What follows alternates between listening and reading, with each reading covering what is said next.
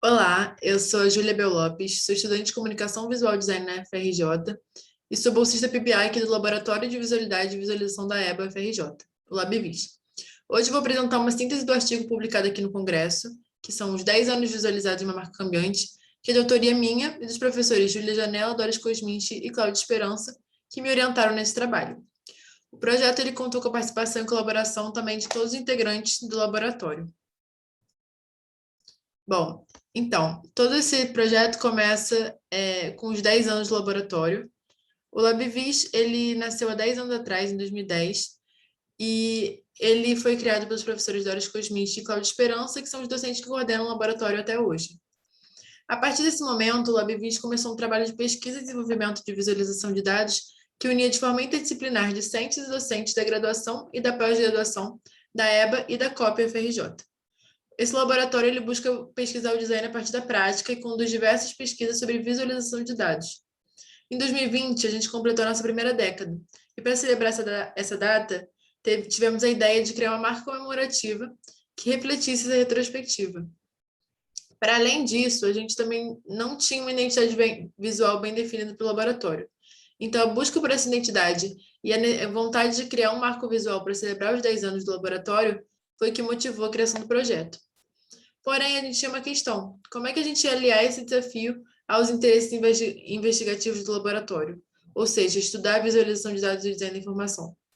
Nessa apresentação e no nosso artigo, eu vou detalhar o processo de conceituação, execução e aplicação dessa marca, expondo como esse processo todo evidenciou os aspectos do design da informação relacionados à visualização de dados e ao processo de comunicação. A partir de tudo isso, a gente definiu dois objetivos.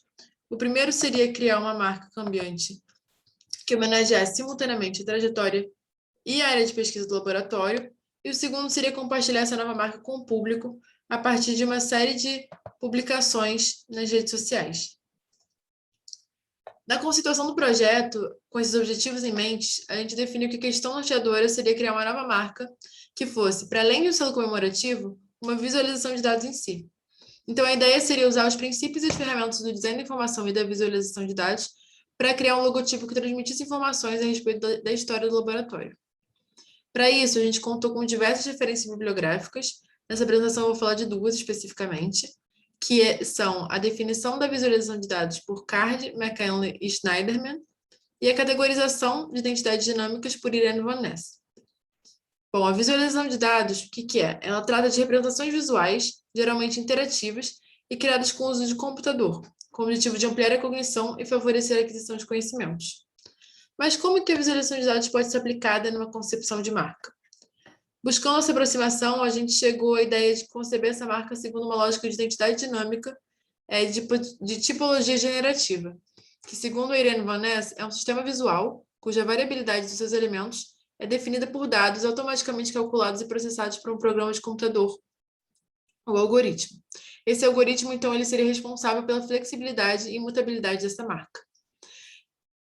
Portanto, a nossa marca seria simultaneamente uma marca cambiante generativa e uma visualização de dados, que além de homenagear a área de estudo do LabVis, que é o design da informação e a visualização de dados, ela também contaria um pouco da sua história, contaria um pouco do que aconteceu ao longo desses 10 anos no laboratório.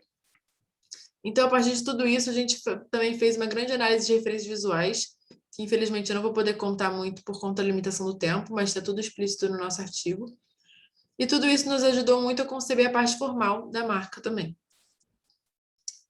Bom, a partir dessa conceituação, a gente começou a investigar os dados. O primeiro passo foi definir que o principal critério que diferenciaria os logotipos seria o fator temporal, porque a gente queria evidenciar a transformação do laboratório ao longo dos anos. Portanto, cada ano possuiria um logotipo, e assim a gente vai criar 11 variações. Vai ter um logotipo desde 2010 até 2020, cada um especificando o que aconteceu no laboratório naquele ano. Com isso definido, a gente investigou um pouco mais a história do laboratório e percebeu alguns pontos-chave que poderiam ser outras variáveis para a construção da marca. Então, a gente definiu, além do ano, que a produções, ou seja, o resultado tangível do que foi feito ao longo dos anos, seria um ponto importante, um ponto-chave. As pessoas, os recursos humanos do laboratório também seria outro ponto-chave, e a localização, os espaços que o laboratório ocupou também seria outro ponto. A partir dessa definição e dessa organização dos dados, A gente partiu para a codificação visual. Depois de pesquisar muitas referências e fazer muitos rascunhos, a gente chegou à alternativa de trabalhar com 2 gráficos de radar sobrepostos. Um que representasse variáveis pessoas e o outro produções. Cada gráfico ele vai possuir 4 eixos concêntricos e serão rotacionados em 4 ângulos congruentes. Então, o primeiro grid, o inferior, ele definiria a categoria pessoas, posicionando os eixos no ângulo 0 graus, 90 graus e assim por diante, e definiria as variáveis de coordenador, graduando, pós-graduando e colaboradores. Já o gráfico superior, ele representaria as produções, ou seja, os projetos, artigos, TCC mestrado e outros, e os eixos seriam posicionados nos ângulos de 45 graus, sendo 35 graus e assim por diante. Sobre cada eixo seria posicionado um vértice, e a distância desse vértice ao centro seria a representação do valor quantitativo dessa variável. Então, resolvendo esses 2 fatores, faltava resolver a questão da localização, como a gente ia fazer. O que a gente definiu, então, seria que o marcador visual de cor seria o que definiria a localização, e a gente optaria por 3 cores. O rosa para definir o momento que as atividades eram no prédio da Escola de Belas Artes, o azul para o prédio do Centro de Tecnologia e o amarelo para o ambiente online. Essa paleta ela foi decidida por inspiração nas cores primárias e também nas cores que fazem parte do imaginário da comunidade acadêmica quando se diz respeito à Escola de Belas Artes ou ao Centro de Tecnologia. A partir disso, a gente foi para a parte da programação, que seria essa parte a que faz uma marca ser uma marca cambiante generativa, né? Porque a gente ia trabalhar com algoritmo. E é importante nessa parte falar que quando a gente cria um logotipo generativo, a gente não está criando o logo em si, mas a forma de fazer esse logo. Ou seja, o Lars Hesselgrandes, ele fala que o design generativo não é sobre projetar um edifício, é sobre projetar o sistema que projeta um edifício. Então, assim, a gente cria um programa, utilizando essa plataforma Observable, capaz de gerar automaticamente esses logos, colocando essas informações do que aconteceu em cada ano. Então, a partir disso, a gente colocava os dados, a plataforma fazia o logo e a gente transportava essa imagem para o Illustrator e finalizava o logo. Através desse processo todo, a gente conseguiu concluir a criação dos logotipos.